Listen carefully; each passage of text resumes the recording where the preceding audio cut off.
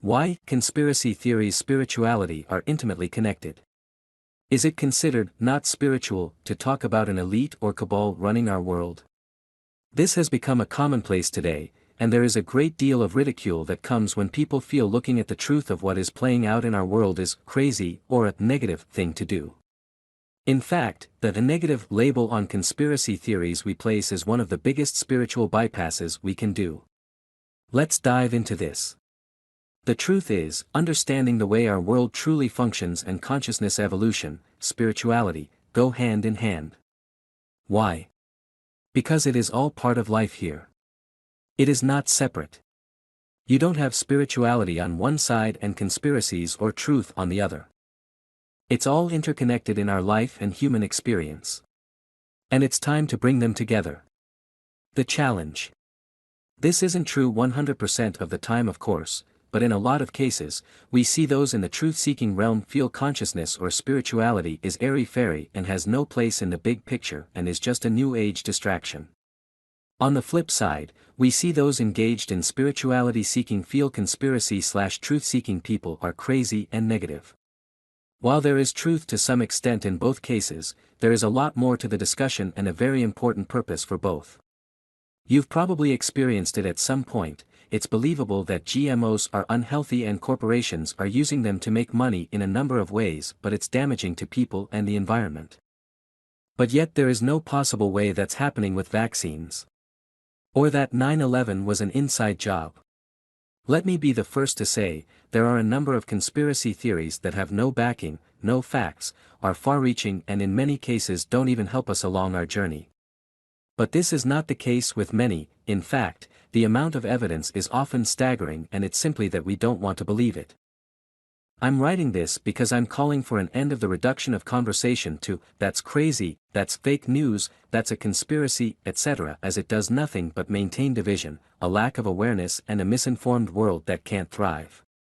Time and time again what is often called conspiracy turns out to be true only a few months or a year later. We can end this cycle by learning and choosing to listen instead of dismissing, then checking in with our hearts/souls about what role this is playing in our experience so we can dissolve the need for the cabal, why they go hand in hand. Some of us view spirituality as learning techniques to feel good, as ways to cope with life and the challenges we have in our modern world. Some view it as a means to begin to feel better about the prospect of death. Others view it as a way to explore what's beyond the physical and who we truly are. From a conspiratorial side, when we're talking about digging past mainstream media to find out what's really going on in our world, some view it as a way to disempower the elite that does not have humanity's best interests at heart. Others view it as a way to take back our power. Some see it as a way to uncover the truth of how our world truly works so we can begin to thrive. Some react to these truths with wanting revenge or justice. This is an important thing to note as this is where the spirituality comes in. So it appears we have two sides as we often like to do within ego states of consciousness. But what role does the elite and cabal play in our experience? How has that served to suppress our spirituality and why has it all happened? The two are intimately connected because part of the game we are playing on Earth here is that we have to uncover what has been happening in our reality and remember who we truly are. This is a spiritual journey that involves understanding the players in the game and the roles they play. I've been running a conscious media and education company for 9.5 years now. Our mission is to bridge the gap between truth-seeking and spirituality via exploring a shift in consciousness taking place on our planet. We understand that both are part of one big picture in life and you can only go so far in each before you must bring in the other to deepen your understanding. During the 9.5 years since I started Collective Evolution, I have seen thousands of people go through various stages of discovering and learning, both in truth-seeking and spirituality, that has sent them on different paths. Some begin to discover our food system is rigged for a lack of health and they begin eating cleaner. This leads them to understand our entire world is rigged against us and suddenly there is a shift in how they see the world. I have seen others attend a yoga class and this begins a journey into connecting with self deeply, but in both cases, I often see an identity form. The yogi becomes identified as a spiritual person, dresses a certain way, talks a certain way and may refuse to look at anything that the truth seekers are saying because they don't want to fall into that crowd. The truth seekers are often angry, pissed off at the world, call everyone else sheeple and think the elite need to die in prisons. They might look at the yogi or spiritual crowd as having fallen into pseudoscientific New Age deception because they look at consciousness and spirituality. Then there are those who have journeyed beyond that stage and are simply authentic and understand how both ingredients, truth-seeking and spirituality, are one and the same and part of the journey. They are both a part of this game we call life, and if we truly want to evolve, move forward, remove the cabal and so forth, we must see the truth and learn why it was there in the first place for our own evolution in consciousness. It's a role. Remember, what the cabal and elite are doing isn't negative in the big picture scheme of things. To our mind it might be, but not to our souls.